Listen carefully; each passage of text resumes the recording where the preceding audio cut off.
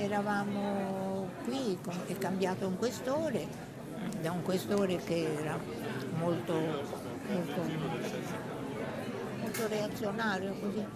È arrivato un questore un po' più brillante, un po' più...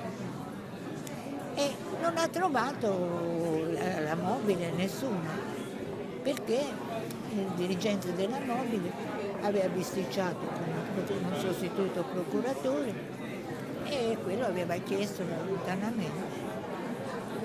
Quindi questo è arrivato e ha detto ma come non c'è nessuno alla squadra mobile?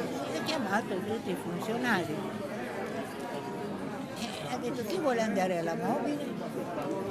Funzionari, ha detto per me il dirigente della mobile deve buttare via l'orologio.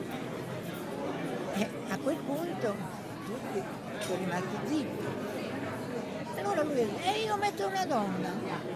E mi ha detto, lei ci andrebbe. Io pensavo scherzassi. Ho detto sì, senz'altro, ci faccia un pensierino. E così è stato. Dopodiché è arrivata la nomina, perché lui ha parlato al ministero, è arrivata la nomina ed è successo un po' di ferio, perché la stampa, tutti mi intervistavano, io non sapevo che dire, è andata così.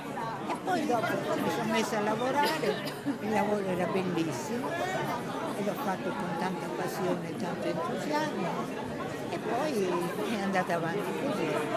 Poi sono passata alla Criminal Police, poi ho fatto altri passaggi, ma questo è stato tutto. Ma per me è molto importante che sia aperto questo varco e poi le donne adesso in tutti i settori ci sono e quindi sono brave, sono precise, stanno attente al particolare. Un'indagine è importante,